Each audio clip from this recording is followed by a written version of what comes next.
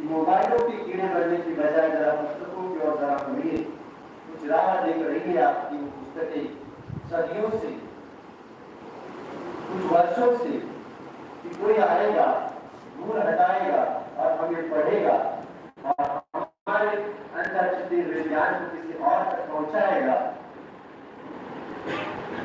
ये बात कड़वी लगती है क्योंकि आजकल की पीढ़ी ये नहीं चाहती है, पर बावजूद इसके बोलना पड़ेगा, कहना पड़ेगा। देखिए, जिंदगी में आप सफल हो जानी चाहिए, इसकी शुभकामनाएं हमारी है। आज यहाँ है, कल और किसी स्थान पर, किसी पद पर आप आसीन होंगे, पर याद रखिए अपने जमीन को ना भूलें। एक बार एक राजा ने जनता के बीच में ढिंढोरा पिटवा दिया और ढिंढोरा ऐसा था कि मैं अब यहाँ का राज्य ग्रहण छोड़ने वाला हूँ और किसी नए युवा व्यक्ति को यहाँ का राजा बनाना चाहता हूँ। और उसके लिए परीक्षा होगी, चारों ओर ढिंढोरा पिटवा दिया गया, अमुक तारीख में परीक्षा होगी और जो इच्छुक व्यक्ति है वो यहाँ पर आके अपना दावा पेश करे, अपनी परीक्षा दे और जो सफल हो जाए वो राजा के रूप में होगा।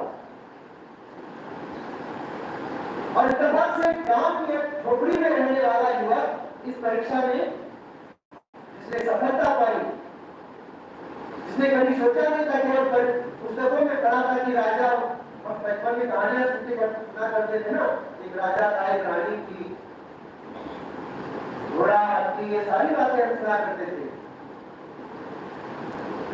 और उस युवक की सफलता के बाद युवक को जब बुलाने के लिए थोड़े हाथी लेकर गए, सेनापतियों के द्वारा वहां तक पहुंचाया गया, हाथी पर जब बैठना था उस युवा राजा को, तो तैयारी नहीं हो रहा था हाथी पर बैठने की, क्योंकि उसके मन में डर था। झोपड़ी में छोटी सी जिंदगी जीने वालों युवा लड़का, उसे यकीन नहीं हो रहा था कि वो राजा बन गया है। और उन परिस्थितियों में वो कहने लगा, सेनापति कि युवराज आप हाथी पर बैठ जाए, सिंहासन पर आप बैठ जाए, उसका आप हकदार है। तो कहा मैं बैठूंगा, पर मैं मेरी तरीके से बैठूंगा। अच्छा ठीक है, न बैठने से अच्छा है कि आप आपके तरीके से बैठ जाए। उसने कहा मैं उल्टा बैठूंगा, सीधा नहीं।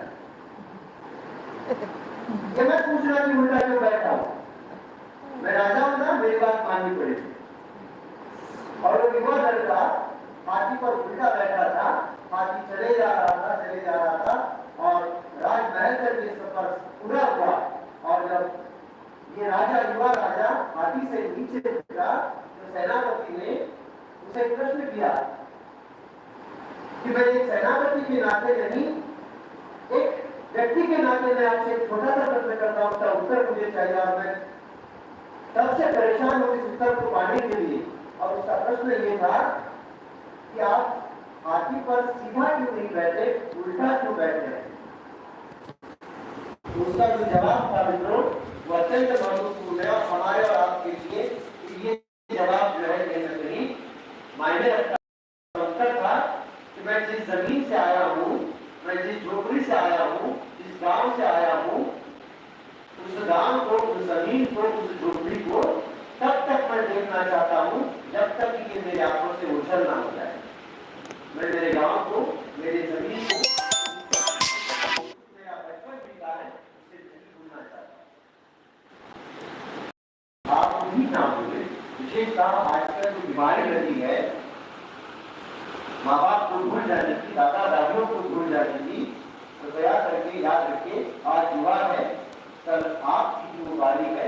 इसलिए हम अपने परिवार को बेहतर तरीके से, अपनी जो झोपड़ी है उसका भी स्वाभिमान अपने मन में जो है रखते चलिए। और यही साहित्य सिखाता है।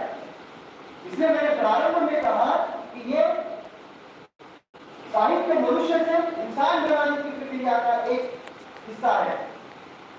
एक मशीन नहीं है, कहीं साइंस की भाषा में दिखती नहीं है पर काम करके ही बन बैठा। इसलिए बार बार इस बात को मैं आमंत्रित कर रहा हूं, साहित्य मनुष्य को जो है